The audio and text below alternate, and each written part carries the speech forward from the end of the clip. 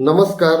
माझ्या अभियोग्यताधारक आणि भावी शिक्षक मित्रमैत्रिणींनो, अनिल बोरकर या ऑफिशियल यूट्यूब चॅनलमध्ये मी तुम्हा सर्वांचं सर्वप्रथम स्वागत करतो आणि या व्हिडिओला सुरुवात करतो.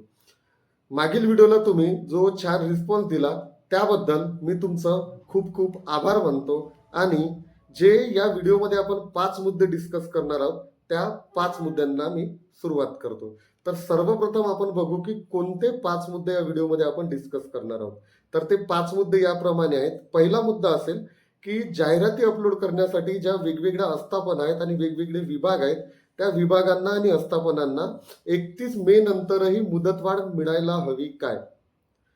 दुसरा मुद्दा हा आहे की अल्पसंख्याक शाळा आहेत त्या अल्पसंख्याक शाळांना विदाउट इंटरव्ह्यूसाठी पवित्र पोर्टल प्रणालीमध्ये आणता येईल का आणि ते कसे. तर तिसरा मुद्दा आहे की सद्य परिस्थितीमध्ये पवित्र पोर्टलवर किती जाहिराती अपलोड झालेल्या आहेत, कोणत्या आस्थापनांनी केलेल्या आहेत आणि किती जाहिराती बाकी आहेत. त्याच्यानंतर चौथा मुद्दा आहे की शिक्षक भरतीचा म्हणजे 2025च्या शिक्षक भरतीचा कट ऑफ काय असेल. आणि पाचवा मुद्दा हा आहे की आता आपल्याला पुढचे पाऊल काय घ्यायचे आहे. तर या सर्व मुद्द्यांवर आपण एक एक करून बोलणार आहोत. तर शेवटपर्यंत हा व्हिडिओ पाहा हीच अपेक्षा. तर पहिला मुद्दा आहे की ज्या वेगवेगळ्या आस्थापना आहेत आणि वेगवेगळे विभाग आहेत तर यांना जाहिराती अपलोड करण्यासाठी मुदतवाढ भेटायला हवी काय. तर याचं उत्तर असेल, मी जरी पर्सनली उत्तर द्यायचं असेल तर मी पर्सनली उत्तर देईल की होय, त्यांना मुदतवाढ भेटायला हवी. का बरं? कारण तुम्ही जर बघितलं ग्राउंड लेवलवर जाऊन तर खूप कमी अशा आस्थापना आहेत की त्यांनी आतापर्यंत जाहिराती अपलोड केलेल्या आहेत. आणि विभागाचं तर माहिती नाही, कारण खूप कमी विभाग असतील किंवा एकही विभाग नसेल की त्यांनी आतापर्यंत जाहिरात अपलोड केलेली असेल. तर त्यामुळे ते 31 मे पर्यंतही या जाहिराती अपलोड करतील याची गॅरंटी नाही. मग त्यांनी जर जाहिराती अपलोड केल्या नाही तर मग आपल्याला जास्तीत जास्त जागा मिळतील का? नाही मिळणार. का बरं? कारण जाहिरातीच अपलोड नाही झाल्या तर जास्तीत जास्त जागा कशा मिळणार. आणि जास्तीत जास्त जागा जर नाही मिळाल्या तर आपले कमीत कमी अभियोग्यताधारक तिथे जातील. जे मेरिट आहेत, जे ज्यांना जास्तीत जास्त मार्क आहेत तेच अभियोग्यताधारक या भरतीमध्ये लागतील. पण आपल्याला जर कमी गुण असलेल्या अभियोग्यताधारकांनाही जर या भरतीमध्ये लावायचं असेल किंवा ॲव्हरेज गुण मिळालेल्याही अभियोग्यताधारकांना जर या भरतीमध्ये शिक्षक पद मिळवायचं असेल तर आपल्याला जास्तीत जास्त जागांची जाहिरात घेणे खूप गरजेचे आहे. म्हणून आपल्याला त्या आस्थापनांना, त्या विभागांना जाहिराती अपलोड करण्यासाठी मुदतवाढ देणे गरजेचं आहे. यासाठी आपल्याला पाठपुरावा करावा लागेल. त्यासाठी आपल्याला ऑनलाईन कॅम्पेन करावं लागेल. ऑफलाईन आपल्याला त्या ऑफिसेसमध्ये जाऊन भेटावं लागेल. हे प्रयत्न खूप गरजेचं आहे. ठीक आहे. आता मला सांगा की हे का बरं असं डिले होत आहे. बरोबर आहे. का बरं डिले होत असेल? कारण आपलं जो प्रशासन आहे ना तो प्रशासन शिक्षक भरतीला गांभीर्याने घेतच नाहीये. त्यांना माहिती आहे की अभियोग्यताधारक आहेत, आज ना उद्या लागणारच आहेत. त्याच्यामुळे कितीही जरी डिले केलं तरी होईलच. कारण ह्याच्यात आपली पण चुकी आहे.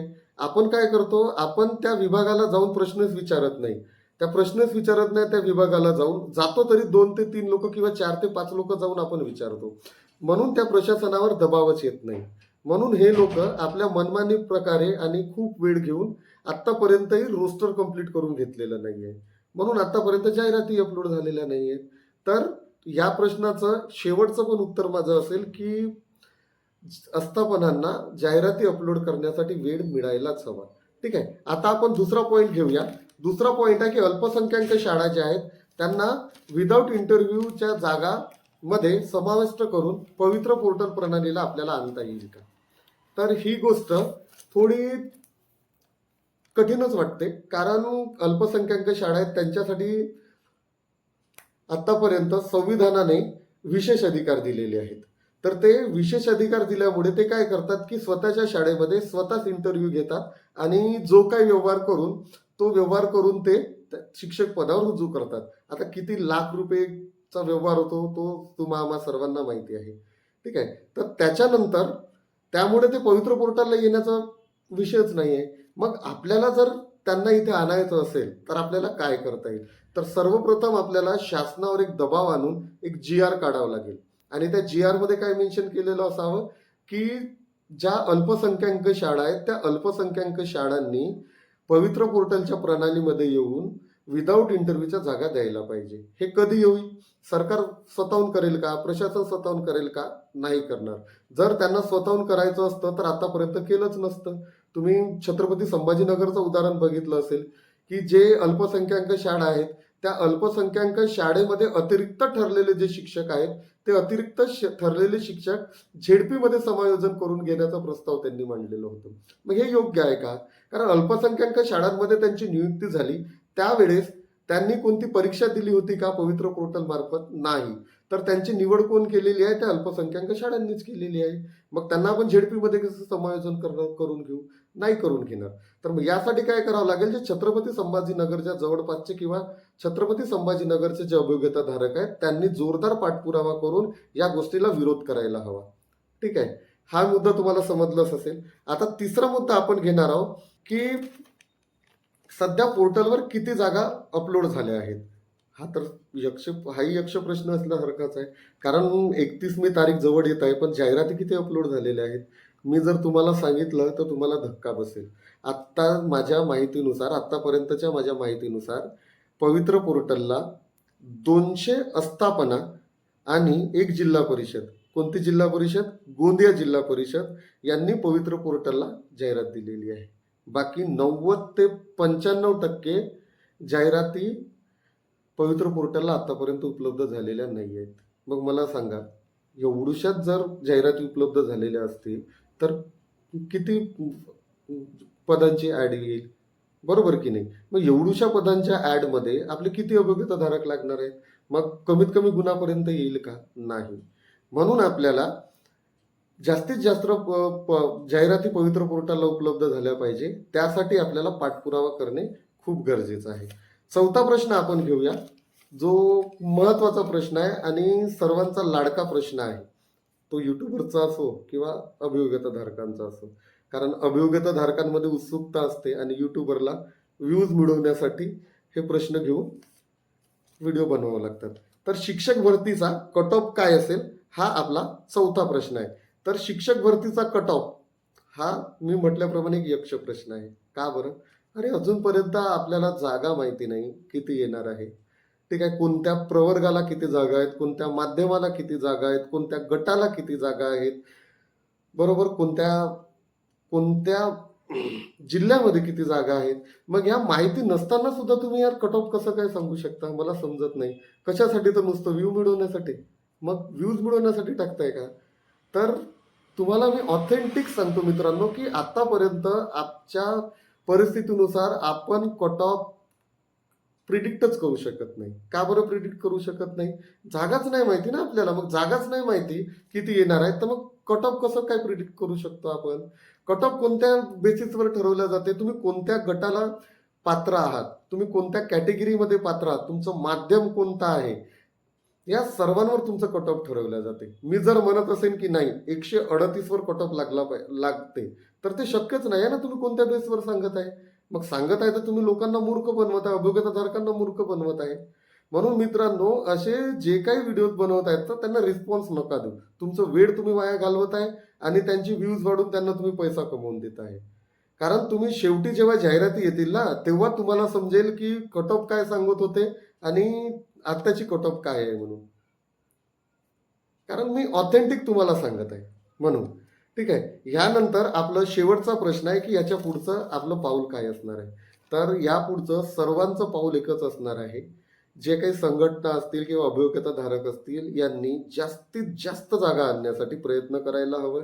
कारण जास्तीत जास्त जागा येतील तर जास्तीत जास्त उमेदवार लागतील, जास्तीत जास्त प्रवर्गांना जागा मिळतील, जास्तीत जास्त गटाला जागा मिळतील. मग गट कोणते? मी तुम्हाला सांगतो. जसं पहिल्या त्या 12वी पर्यंतचे गट पडलेले आहेत. कसे गट पडलेले आहेत? 1 ते 5 एक गट पडलेला आहे, 6 ते 8 एक गट पडलेला आहे, 9 ते 10 एक गट पडलेला आहे आणि 11 ते 12 एक गट पडलेला आहे. ज्यांना चांगले मार्क्स आहेत, चांगले मार्क्स म्हणजे किती? 160च्या वर, ते ऑब्विसली 11 ते 12 साठी क्वालिफाय असतील किंवा तिथे त्यांची लागण्याची दाट शक्यता असते. 9 ते 10 साठी 150 ते 160च्या दरम्यानची अभियोग्यताधारक आहेत, त्यांची दाट शक्यता असेल. म्हणजे मी एक सांगत आहे तुम्हाला. ठीक आहे, त्याच्यानंतर 6 ते 8 साठी 2 विभागामध्ये जागा भरल्या जातात. कोणत्या याच्यामध्ये भरल्या जातात? 3 विभागामध्ये भरल्या जातात. एक मॅथ्स सायन्ससाठी भरली जाते, दुसरी सोशल सायन्ससाठी भरली जाते आणि लँग्वेजसाठी भरली जाते.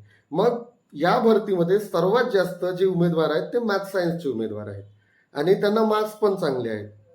तर त्यामुळे त्यांची पण कट ऑफ थोडी वरती जाण्याची शक्यता आहे.